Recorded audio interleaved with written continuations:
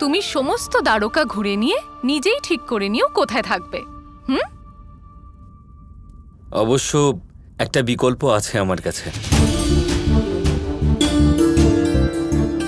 এখানকার রান্নাঘরের পাশে একটা খুব ভালো ঘর আছে, তাহলে যদি... তা বলে আপনি রাধাকে রান্নাঘরে রাখবেন? কি জানি ঘরটার কি অবস্থা হয়ে আছে। না না রেবতী, সেরকম কোনো ব্যাপার না। ওখানকার একটা ঘর তো কানাই নিজেই সাজিয়ে রেখেছে।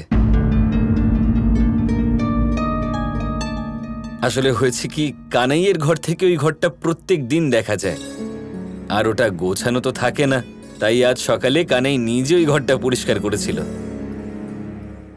এই যে সমস্ত আয়োজন আপনি করছেন তা খুব ভালো হচ্ছে, কিন্তু এরকম হতেই পারে যে হয়তো রাধার এই আয়োজন ভালোই লাগলো। সেজন্যই আমার মনে হয় যে রাধার ওখানে থাকাই ঠিক হবে। বাকি আপনারা যেটা বলবেন। হ্যাঁ দাদা, আমি ওখানেই থাকবো। আপনারা সবাই আমায় ঘর দেখিয়ে দিন। চলো রেবতী।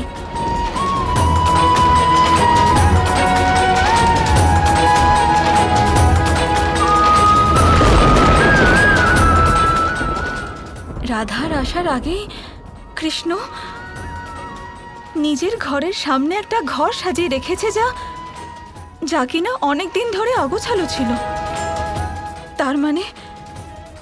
তার মানে কৃষ্ণ জানতো যে রাধা রাজকীয় সুখ ত্যাগ করতে চলেছে।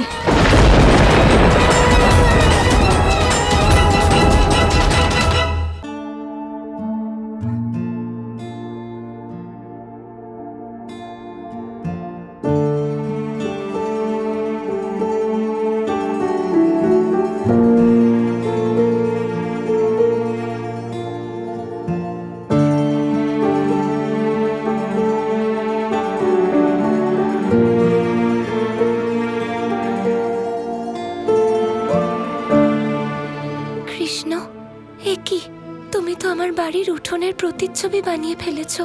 কি অসাধারণ আর দৈব জায়গা এটা।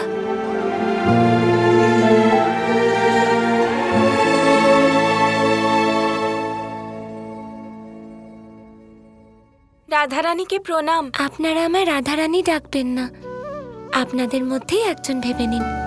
শুধু রাধা বলে ডাকবেন। আমি আপনাদের সবার সাথে এখানে থাকবো। আপনি এখানে মহলের কর্মচারীদের সাথে থাকবেন দাসী হয়ে? না রাধারানী, রানী আর দাসী হলো আমাদের মানুষের বানানো উপাধি। আসলে তো আমরা সবাই মানুষ, সবাই সমান। আপনারা এখানেই থাকুন, আমি রাধাকে ওর ঘরটা দেখিয়ে দিচ্ছি।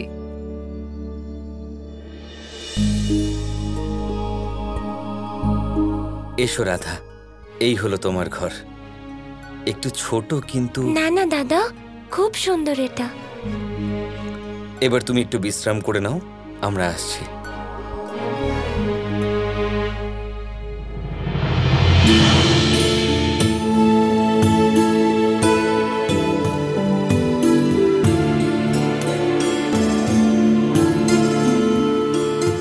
কৃষ্ণ, সব তুমি সাজিয়েছ তাই না? হ্যাঁ, এসব আমি সাজিয়েছি।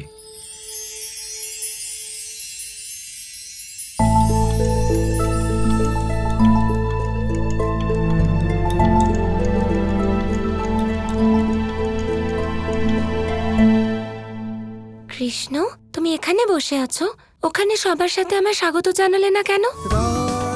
সবার সাথে স্বাগত জানালে তো রাধা রানীকে স্বাগত জানাতে হতো। আমি আমার রাধাকে স্বাগত জানাতে চাইছিলাম।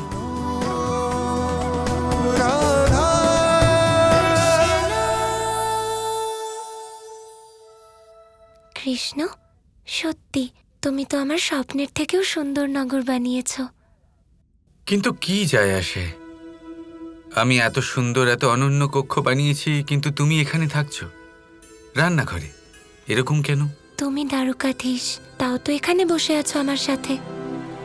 আসলে দ্বারকার রাজা, কিন্তু এখানে রান্নাঘরে বসে আছো। জানো কেন? কেন? কারণ কোনো অনন্য রাজপ্রাসাদের সাথে ভালোবাসার কোনো সম্পর্ক নেই। আমরা যেখানে আছি সেটাই আমাদের মহল। যেমন এই সময় এই রান্নাঘরই আমাদের মহল।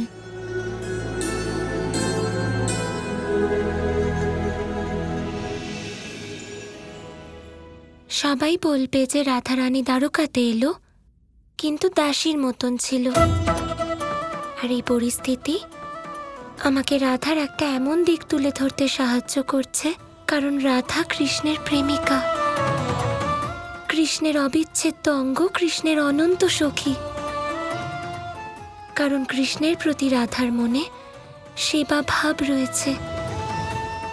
যতক্ষণ না রুক্মিণীর দৈব এবং পবিত্র আত্মা সেই স্থান খুঁজে পাচ্ছে যেখানে তার থাকার কথা, যতক্ষণ না সে সেই রুক্মিণী হচ্ছে যে আমার কৃষ্ণকে আনন্দে রাখবে, যে প্রেম বুঝবে, আমি তোমায় কথা দিচ্ছি কৃষ্ণ, আমি ততক্ষণ এই রকম কৃষ্ণ দাসী হিসেবেই থাকবো।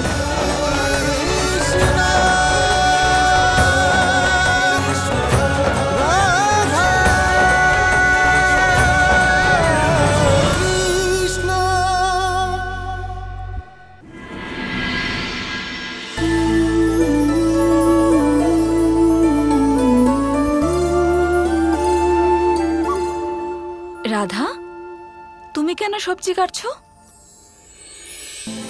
রুক্মিণী, আমি বলেছিলাম না আমি এদের সবার মতোই থাকবো, এদের সবার মতো কাজও করব। তুমি চিন্তা করো না, সেই কথাটা বলো যেটা বলতে এসেছো। আমাদের কিছুক্ষণ একলা থাকতে দিন। রাধা, তুমি জানো তো যে কৃষ্ণ তোমাকে এখানে আমার অনুরোধে আসতে বলেছে? তাও তুমি আমাকে একবারও জিজ্ঞেস করলে না আমি তোমাকে কি কারণে এখানে ডেকে পাঠিয়েছি। সে তো তুমি সময় এলে নিশ্চয়ই বলবে রুক্মিণী, কিন্তু রাধাকে কৃষ্ণের ডাকে আসতেই হতো, কারণ তুমি হলে কৃষ্ণের সব থেকে প্রিয় সখী, তাই জন্যই তো। হ্যাঁ রুক্মিণী, আর কৃষ্ণ আমার সর্বপ্রিয় সখা। আচ্ছা বলো, কেন ডেকেছ আমায় এখানে? এখানে নয়, সিদ্ধাশ্রমে। ওখানকার কুণ্ডে আমার আর কৃষ্ণের ডুব দেওয়ার শুভ লগ্ন আসছে, আমাদের বিবাহকে পূর্ণ করার লগ্ন।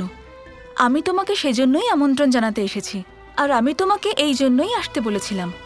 ওখানে আমরা দুজনে একসঙ্গে ডুব দেব, আর তারপরেই আমি তোমাকে নিজের মনের কথা জানাবো।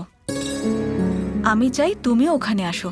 ঠিক আছে রুক্মিণী, তুমি যাও, তৈরি হয়ে নাও, আমি আসছি।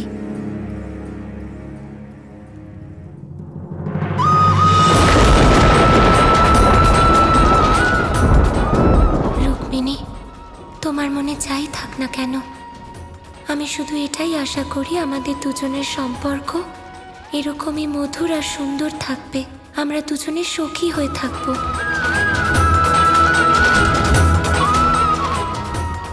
রাধা, আজ আমি তোমাকে যা বলবো তারপরে আমাদের দুজনের মধ্যে সবকিছু আগের মতো থাকবে না।